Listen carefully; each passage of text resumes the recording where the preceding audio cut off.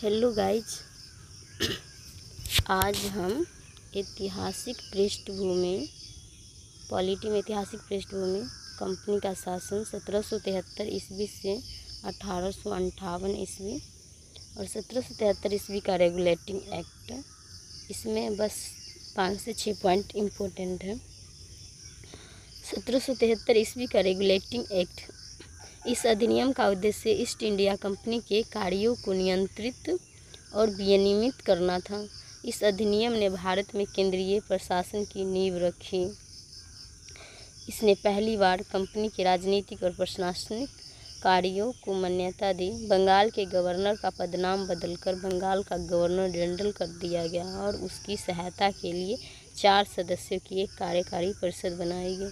बंगाल का पहला governor general lord Warren Hastings था और कलकत्ता में एक सुप्रीम कोर्ट की स्थापना 1774 ईस्वी में की गई, जिसमें एक मुख्य न्यायाधीश और 3 अन्य न्यायाधीश थे। इस अधिनियम द्वारा कंपनी के कर्मचारियों को किसी भी प्रकार का निजी व्यापार करने या मूल निवासियों से उपहार या रिश्वत लेने पर प्रतिबंध लगा दिया गया। 1773 ईस्वी का रेगुलेटिंग एक्ट के तहत ही कोर्ट ऑफ डायरेक्टर्स कंपनी के शासन इकाई के माध्यम से कंपनी पर ब्रिटिश सरकार का नियंत्रण सशक्त हो गया। अब कंपनी के लिए भारत में राजस्व, नागरिक और सैन्य मामलों की जानकारी ब्रिटिश सरकार को देना आवश्यक कर दिया गया। बम्बई और मद्रास प्रेसिडेंसी के गवर्नरों को बंगाल के गवर्नर जनरल के अधीन कर दिया गया, जबकि पहले तीनों प्रेसिडेंसी एक दूसरे से स्वतंत्र थी। 1781 ईस्वी का संशोधन अधिनियम एक्ट ऑफ सेटलमेंट, इसने गवर्नर जनरल और काउंसिल को उनकी आधिकारिक क्षमता में किए गए कार्यों के लिए सुप्रीम कोर्ट के अधिकार क्षेत्र से छूट दे दी। दीवानी मामलों और लगान वसूली से उत्पन्न होने वाले मामलों को उच्चतम न्यायालय के अधिकार क्षेत्र से बाहर रखा गया। इसमें प्रावधान किया गया कि उच्चतम न्यायालय का कलकत्ता के सभी निवासियों पर अधिकार क्षेत्र होगा और न्यायालय को प्रतिवादियों के व्यक्तिगत कानून के अनुसार सुनवाई करनी होगी। अर्थात हिंदुओं पर हिंदू कानून के अनुसार मुकदमा चलाया जाएगा और मुस्लिमों पर मुस्लिम कानून के अनुसार मुकदमा चलाया जाएगा। 1781 ईस्वी के संशोधन अधिनियम एक्ट ऑफ सेटलमेंट के तहत ही प्रांतीय न्यायालयों की अपीलें गवर्नर जनरल की परिषद, गवर्नर जनरल इन काउंसिल में जा सकती थी, न कि उच्चतम न्यायालय में। इस अधिनियम द्वारा गवर्नर जनरल की परिषद को प्रांतीय न्यायालयों और परिषदों के लिए नियम बनाने का अधिकार दिया, मतलब गवर्नर जनरल का पावर और बढ़ा दिया। अब पिट्स इंडिया एक्ट 1784 में पिट्स इंडिया एक्ट आया। इस अधिनियम ने कंपनी के व्यापारिक और राजनीतिक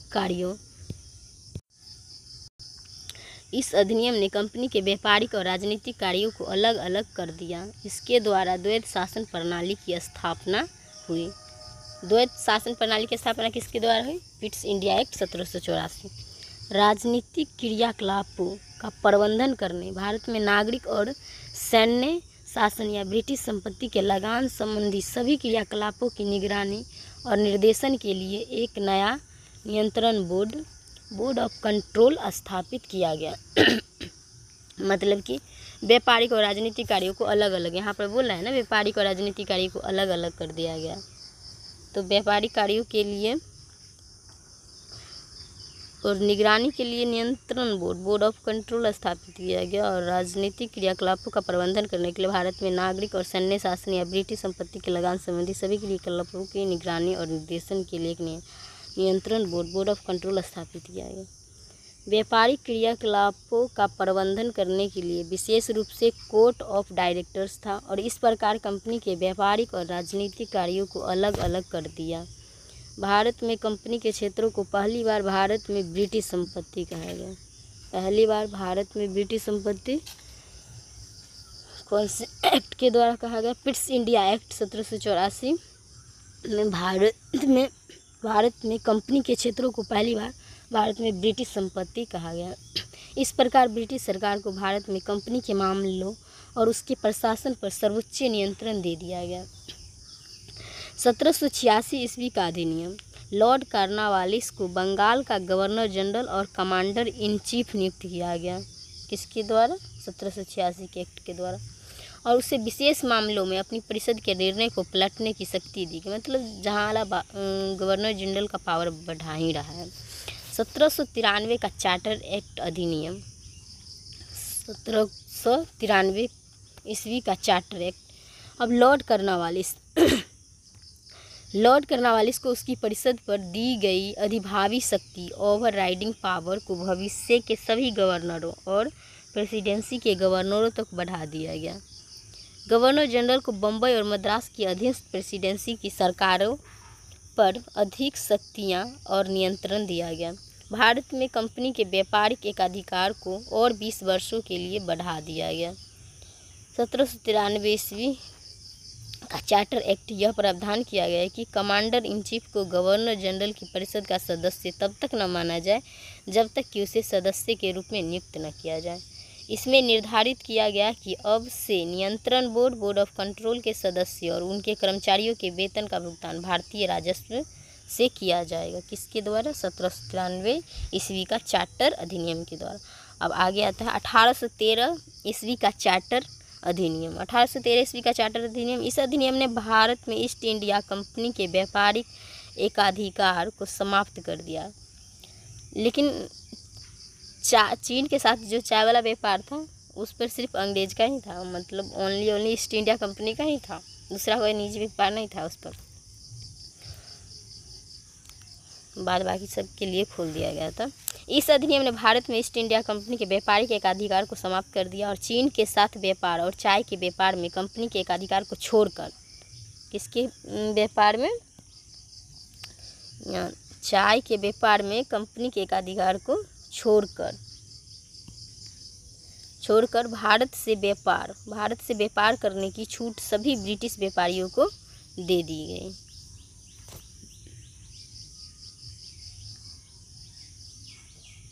अब अगला है उसी 1813 का चार्टर एक्ट, 1813 ईस्वी का चार्टर एक्ट, इसने भारत में कंपनी के क्षेत्रों पर ब्रिटिश क्राउन की संप्रभुता का दावा किया और इस अधिनियम ने भारत में स्थानीय शासन को व्यक्तियों पर कर लगाने और उन्हें भुगतान न करने वाले को दंडित करने का अधिकार दिया। 1813 ईस्वी का एक्ट, चार्टर एक्ट के तहत कंपनी का शासन अगले 20 वर्षों के लिए इसमें भी बढ़ा दिया जाता है।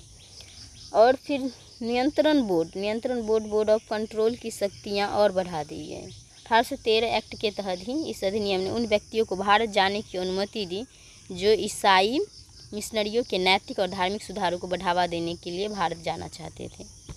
इसमें प्रावधान किया गया कि कंपनी भारतीयों की शिक्षा पर, इसके तहत 1 लाख रुपया का प्रावधान किया गया शिक्षा पर हर साल। 1813 एक्ट के तहत भारतीयों की शिक्षा पर हर साल 1 लाख रुपए का निवेश करेगी। मतलब इसमें ईस्ट इंडिया कंपनी जो थी भारत में शासन कर रही थी, बोली कि हम हर साल 1 लाख रुपया एजुकेशन पर खर्चा करेंगे। इस 1813 एक्ट के तहत ही कंपनी के प्रादेशिक राजस्व और व्यापारिक लाभ को नियंत्रित किया गया। इसमें कंपनी को अपने क्षेत्रीय, टेरिटोरियल और व्यापारिक खातों को अलग अलग रखने के लिए कहा गया।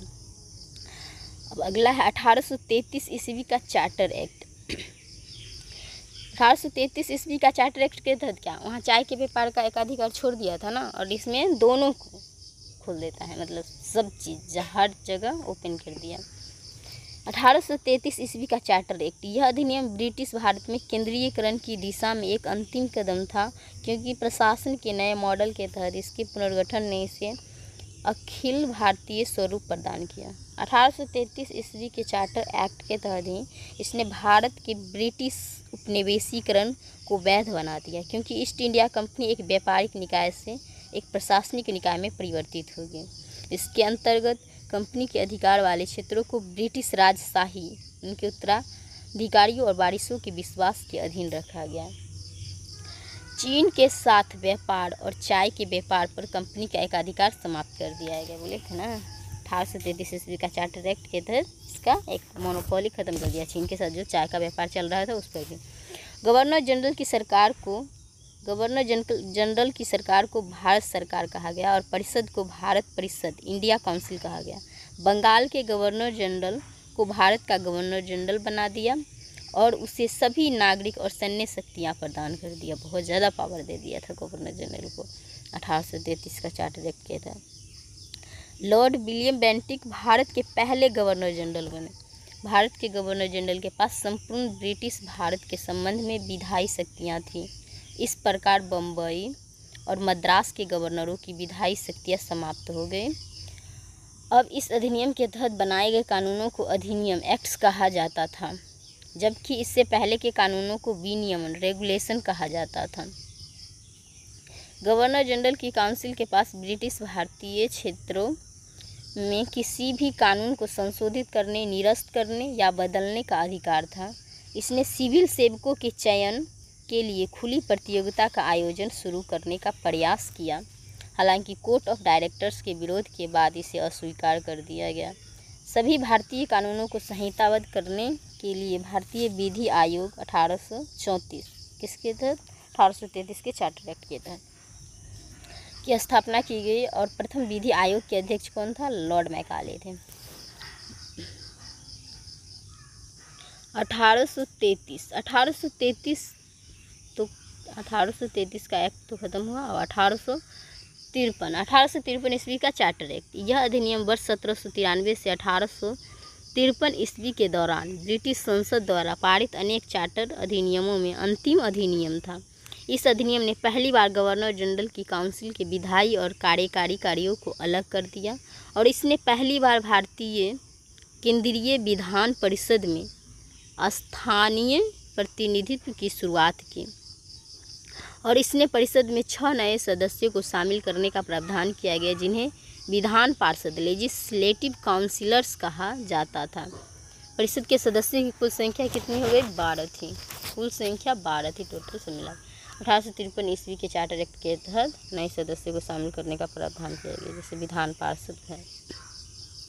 1853 ईस्वी का चार्टर एक्ट में निदेशक मंडल बोर्ड ऑफ डायरेक्टर्स के सदस्यों की संख्या 24 से घटाकर 18 कर दी गई, जिनमें से 6 लोगों को ब्रिटिश क्राउन द्वारा नामित किया जाना था। परिषद की विधायी शाखा मिनी संसद के रूप में कार्य करती थी। 1853 ईस्वी के चार्टर एक्ट, जिसमें ब्रिटिश संसद के समान प्रक्रिया को अपनाया जाता था। सिविल सेवकों के चयन और भर्ती के लिए एक खुली प्रतियोगिता प्रणाली की शुरुआत की गई। किस एक्ट के तहत? 1853 ईस्वी के चार्टर एक्ट के तहत। प्रंसविदा सिविल सेवा कोवेनेंट सिविल सर्विस भारतीयों के लिए भी खोल दी गई। वर्ष 1854 में भारतीय सिविल सेवा के लिए मैकाले समिति की नियुक्ति गई। मैकाले समिति की नियुक्ति किस एक्ट के तहत किया गया था? 1853 ईस्वी के चार्टर एक्ट के तहत। ये सब क्वेश्चन पूछता है, इसलिए बता रहे हैं। विधि सदस्य चौथा सदस्य को मतदान के अधिकार के साथ पूर्ण सदस्य का दर्जा दिया गया। किस एक्ट के तहत? 1853 ईस्वी का चार्टर एक्ट के तहत। अब अगला आ जाता है, अब क्राउन का शासन आ जाता है यहाँ पर, रानी का शासन। क्राउन का शासन कब से कब तक चलता है? 1858 ईस्वी से 1947 ईस्वी तक। क्योंकि 1857 ईस्वी में क्या हो जाता है? विद्रोह हो जाता है, तो सारा पावर किसके हाथ में चला जाता है? सब क्राउन के हाथ में चला जाता है। तब क्राउन का शासन 1858 से 1947 ईस्वी। भारत शासन अधिनियम 1858, भारत सुशासन अधिनियम 1858 एक्ट, 1858 ईस्वी के एक्ट को क्या कहा गया? सुशासन, भारत सुशासन अधिनियम। मतलब आप अंग्रेज सुशासन लाएंगे, लेकिन लाते कुछ नहीं है, बस बोला। इस अधिनियम द्वारा ईस्ट इंडिया कंपनी को समाप्त कर दिया गया और ब्रिटिश क्राउन को समस्त शक्तियां हस्तांतरित कर दी गई। भारत के गवर्नर जनरल का पदनाम बदलकर वायसराय कर दिया गया। किस एक्ट के तहत? 1858 ईस्वी के एक्ट के तहत कर दिया, और वह भारत में ब्रिटिश क्राउन का प्रत्यक्ष प्रतिनिधि बन गया। लॉर्ड कैनिंग भारत के प्रथम वायसराय थे। लॉर्ड कैनिंग भारत के प्रथम वायसराय कौन थे? तो लॉर्ड कैनिंग। नियंत्रण बोर्ड ऑफ कंट्रोल और कोर्ट ऑफ डायरेक्टर्स को समाप्त कर दिया गया। 1858 ईस्वी के एक्ट के तहत। और इस प्रकार पिट्स इंडिया एक्ट के दौरान शुरू हुई द्वैत शासन प्रणाली को अंत हो गया। मतलब द्वैत शासन जो प्रणाली स्थापना हुआ था उसका भी क्या हो गया, अंत हो गया। इसने भारत सचिव secretary of state for India का एक नया पद सृजित किया। भारत सचिव का एक नया पद किस एक्ट के तहत सृजित किया गया था? 1858 ईस्वी के एक्ट के तहत, जो ब्रिटिश संसद के प्रति उत्तरदायी ब्रिटिश कैबिनेट का सदस्य था। और इसने भारत सचिव secretary of state for India की सहायता के लिए 15 सदस्यीय भारत परिषद काउंसिल ऑफ इंडिया की स्थापना की। और यह परिषद एक सलाहकारी संस्था थी। राज्य सचिव को परिषद का अध्यक्ष बनाया गया। और 1858 ईस्वी के एक्ट के तहत ही इसने काउंसिल में secretary of state in council को एक कॉर्पोरेट निकाय के रूप में गठित किया, जो भारत और इंग्लैंड में मुकदमा कर सकता था और उसके ऊपर भी मुकदमा किया जा सकता था। भारत परिषद अधिनियम 1861। अब अगला एक्ट क्या आ जाता है? भारत परिषद अधिनियम 1861। इस अधिनियम में प्रावधान किया गया है कि वायसराय कुछ भारतीयों को अपनी विस्तारित परिषद के गैर सरकारी सदस्यों के रूप में नामित करेगा। वर्ष 1862 में लॉर्ड कैनिंग ने अपनी विधान परिषद में 3 भारतीयों, बनारस के राजा, पटियाला के महाराजा और सर दिनकर राव को नामित किया। 1861 के एक्ट के तहत बम्बई और मद्रास प्रेसिडेंसी की विधायी शक्तियाँ बहाल कर दी गई। फिर से छीन जो लिया गया था उसको बहाल कर दी, जिससे विकेंद्रीकरण की प्रक्रिया शुरू हुई, मतलब डिसेंट्रलाइजेशन शुरू हुई। और विधायी हस्तांतरण की इस नीति के परिणाम स्वरूप वर्ष 1937 में प्रांतों को लगभग पूर्ण आंतरिक स्वायत्तता प्रदान की गई।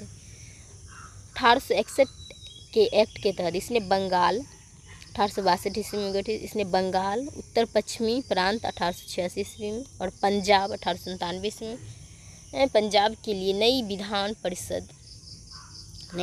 परिषद उच्च सदन के गठन का प्रावधान किया।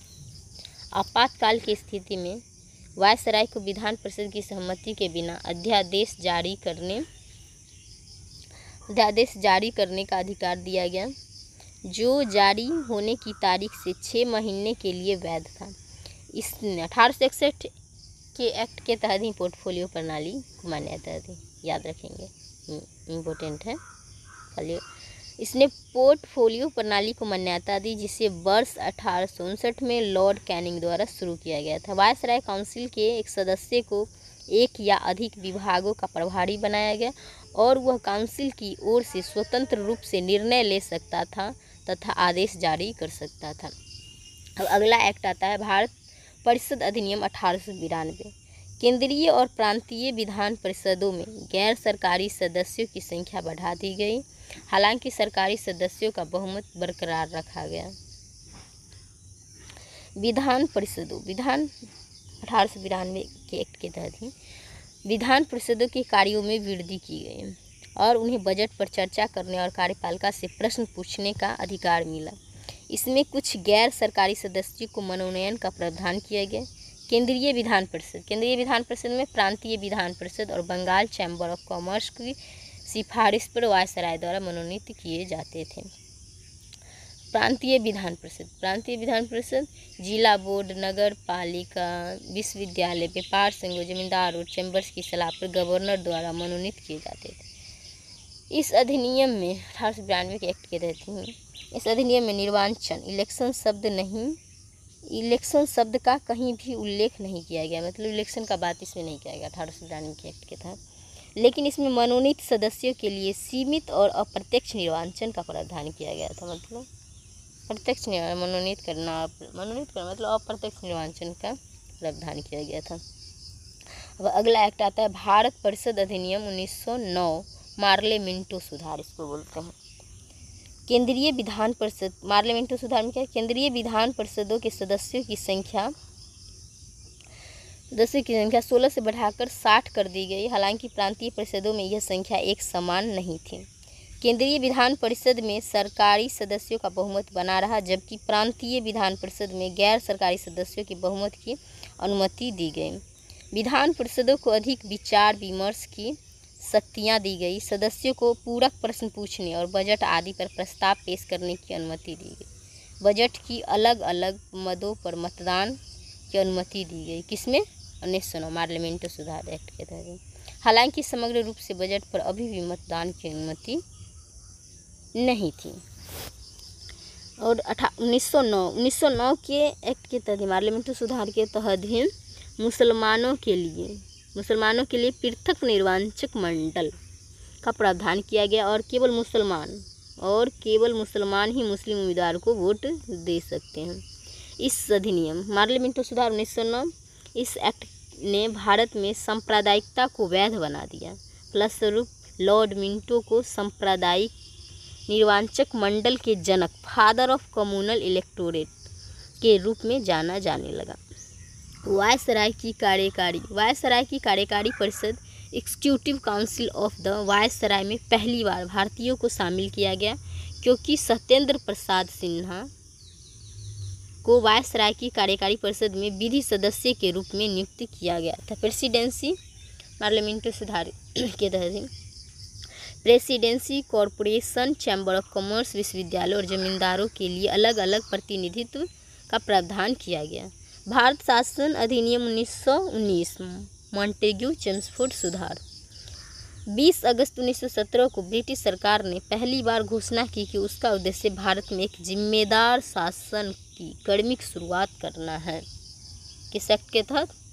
मॉन्टेग्यू चेम्सफोर्ड सुधार 1919 के एक्ट के तहत। इसने प्रशासन के सभी विषयों को 2 श्रेणियों अर्थात केंद्रीय विषयों और प्रांतीय विषयों में वर्गीकृत करने का प्रावधान किया। वर्गीकरण हस्तांतरण नियमों, डिवोल्यूशन रूल्स द्वारा किया गया था, जिसने केंद्र से प्रांतों को अधिकार सौंपने की प्रक्रिया को सुविधाजनक बनाया।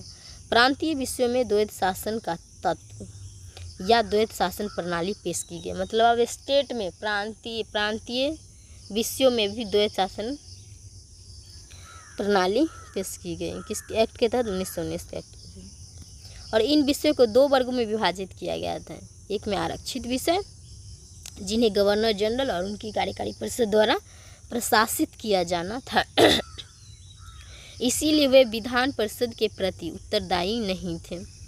दूसरा था हस्तांतरित विषय, जिन्हें गवर्नर जनरल द्वारा अपनी परिषद की सहायता से प्रशासित किया जाना था और वे विधान परिषद के प्रति उत्तरदायी थे।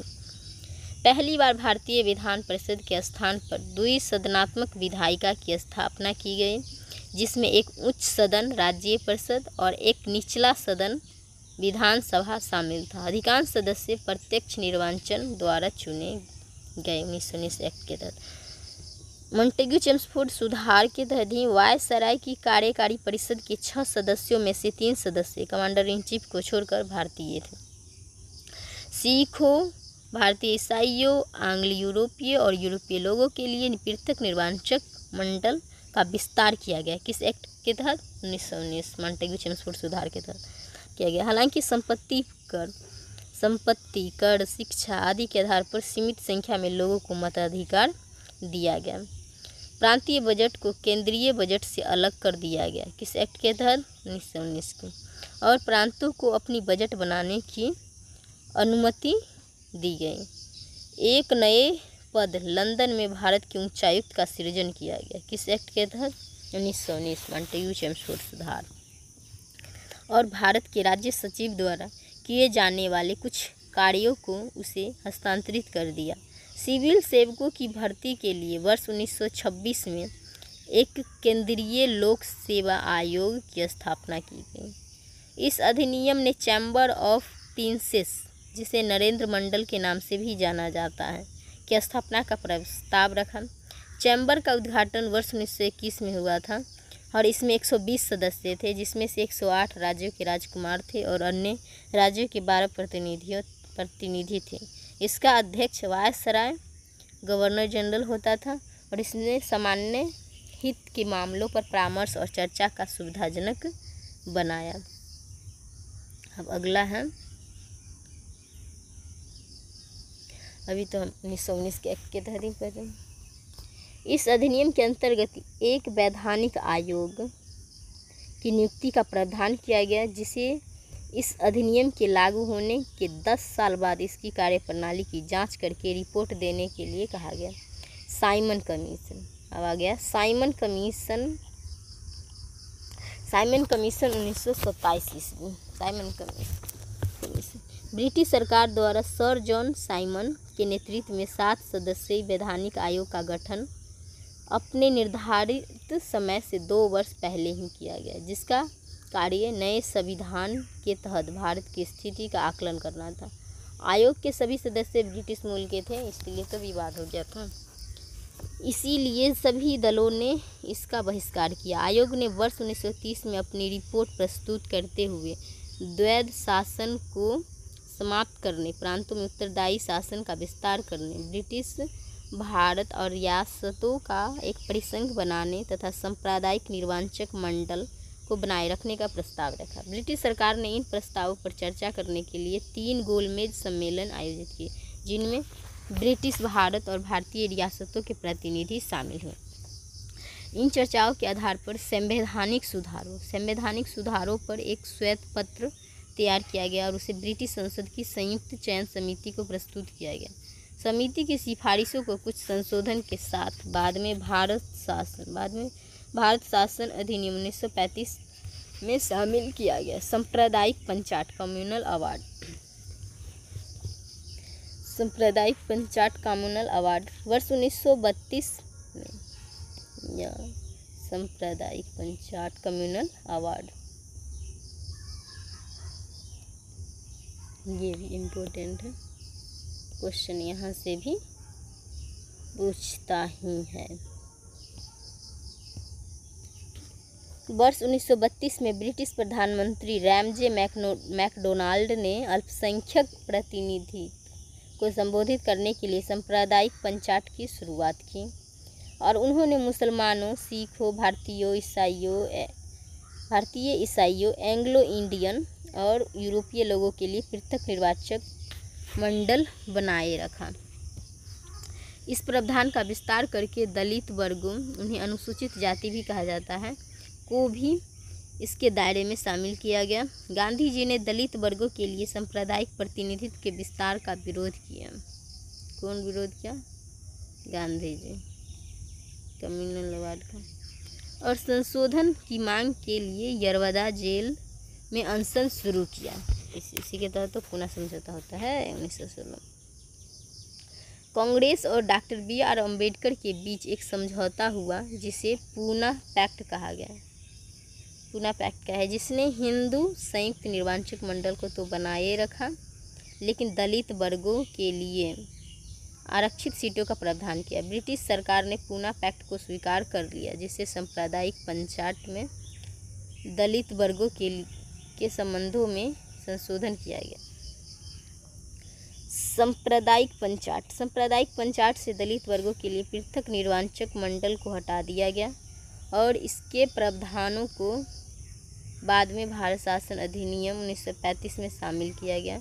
इसीलिए वर्ष 1935 के अधिनियम के तहत केंद्रीय और प्रांतीय विधानमंडलों का संशोधित सांप्रदायिक पंचायत के आधार पर गठन किया गया। आगे आ जाता है भारत शासन अधिनियम 1935। ये अधिनियम बहुत महत्वपूर्ण है। यह अधिनियम भारत में पूर्ण रूप से उत्तरदायी सरकार की दिशा में एक मील का पत्थर साबित हुआ। इसमें 321 धाराएं और 10 अनुसूचियाँ थीं। 1935 के एक्ट के तहत ही का उद्देश्य एक अखिल भारतीय परिसंघ का निर्माण करना था, जिसमें प्रांतों और रियासतों को इकाइयों के रूप में शामिल किया जाना था। हालांकि इस परिसंघ में रियासतों के शामिल न होने कारण यह कभी सफल नहीं हो पाया। इसमें रियासत शामिल नहीं होती, इसलिए सफल नहीं। 1935 के अधिनियम, इस अधिनियम ने शक्तियाँ को 3 सूचियों में विभाजित किया। संघ सूची में केंद्र के लिए 59 विषय और प्रांत सूची में प्रांतों के लिए 54 विषय और समवर्ती सूची केंद्र और प्रांत दोनों के लिए 36 विषय। अवशिष्ट शक्तियाँ वायसराय गवर्नर जनरल में निहित थीं। 1935 के एक्ट के तहत इस अधिनियम ने प्रांतों में द्वैध शासन को समाप्त कर दिया और इसके बजाय प्रांतीय स्वायत्तता की शुरुआत की। प्रांतों को कुछ निर्धारित क्षेत्रों में सत्ता दी गई और वर्ष 1937 में उत्तरदायी सरकार का गठन किया गया। हालांकि वर्ष 1939 में इस स्वायत्त को समाप्त कर दिया गया और इस अधिनियम ने संघीय विषय को आरक्षित और हस्तांतरित श्रेणियों में विभाजित करते हुए केंद्र में द्वैध शासन का प्रस्ताव रखा। किस एक्ट के तहत केंद्र में द्वैध शासन आता है? तो 1935 के एक्ट के तहत। हालांकि यह प्रावधान कभी लागू नहीं हुआ, रखा तो लेकिन लागू नहीं। बंगाल, बॉम्बे, मद्रास, बिहार, असम और संयुक्त प्रांत सहित 11 प्रांतों में से 6 प्रांतों में द्विसदनात्मक व्यवस्था विधान परिषद और विधानसभा लागू की गई, लेकिन यह कई प्रतिबंधों के साथ लागू की गई। दलित वर्गों, अनुसूचित जातियों के लिए आरक्षित सीटों तथा महिलाओं और श्रमिकों के लिए विशेष प्रतिनिधित्व का प्रावधान किया गया। इसने वर्ष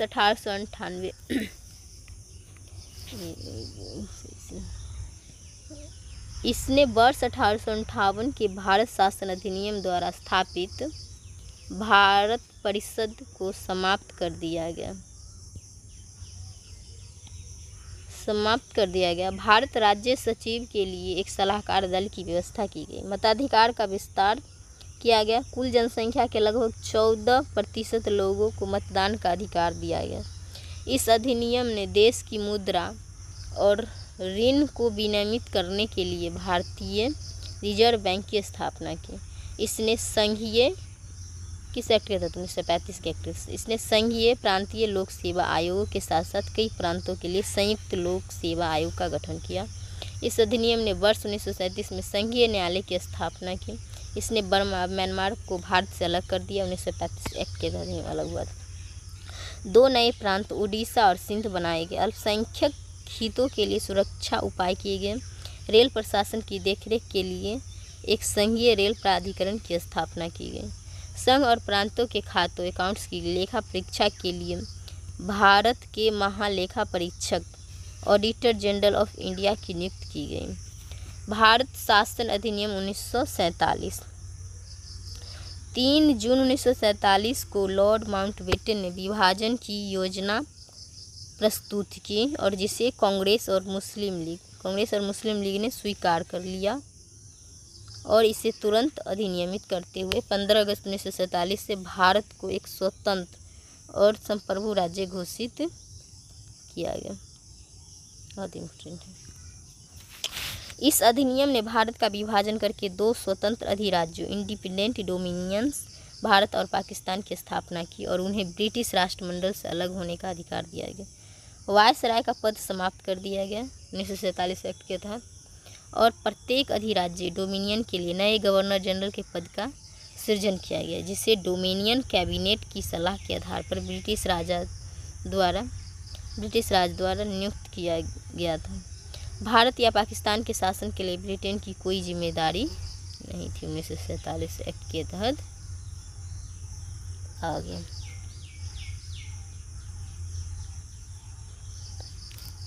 डोमिनियनों की 1947 के एक्ट डोमिनियनों की संविधान सभाओं को अपने अपने राष्ट्रों के लिए कोई भी संविधान बनाने और अंगीकार करने का अधिकार दिया गया, जिसमें स्वयं स्वतंत्रता अधिनियम सहित ब्रिटिश संसद के किसी भी अधिनियम को निरस्त करने का प्राधिकार भी शामिल था। नए संविधान लागू होने तक दोनों अधिराज्य डोमिनियन की संविधान सभाएं अपने अपने राज्य क्षेत्रों के लिए कानून बना सकती थी।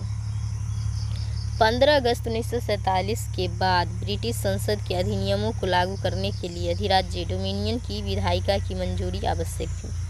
भारत के राज्य सचिव का पद समाप्त कर दिया गया और उसके कार्यों को राष्ट्रमंडल मामलों के राज्य सचिव को स्थानांतरित कर दिया गया।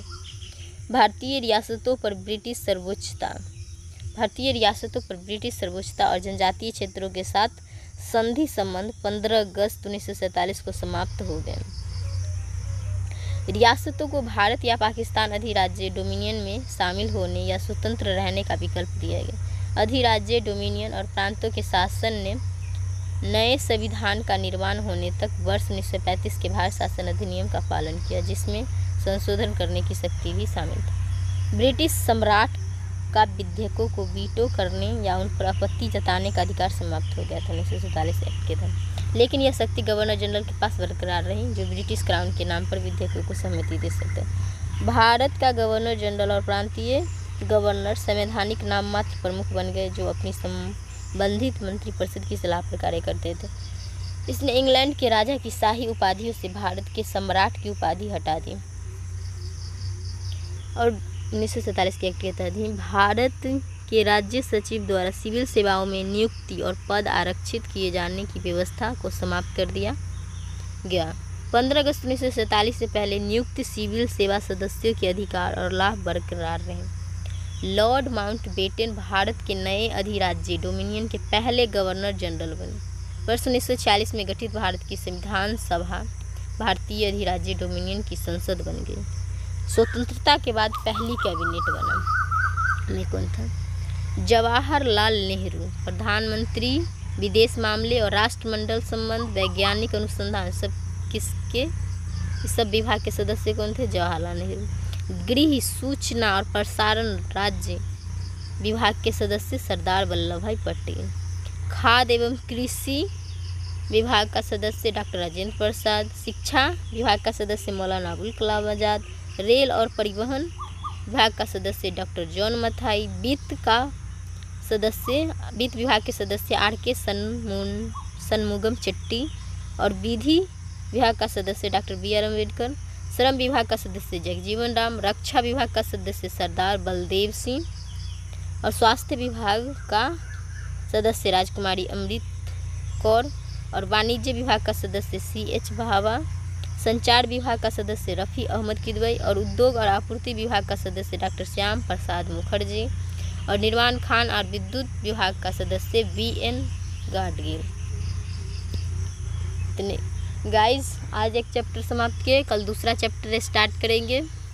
गाइज, मेरा चैनल सब्सक्राइब कीजिएगा और वीडियो को लाइक कीजिएगा, अच्छा लगेगा तो बने रहिएगा।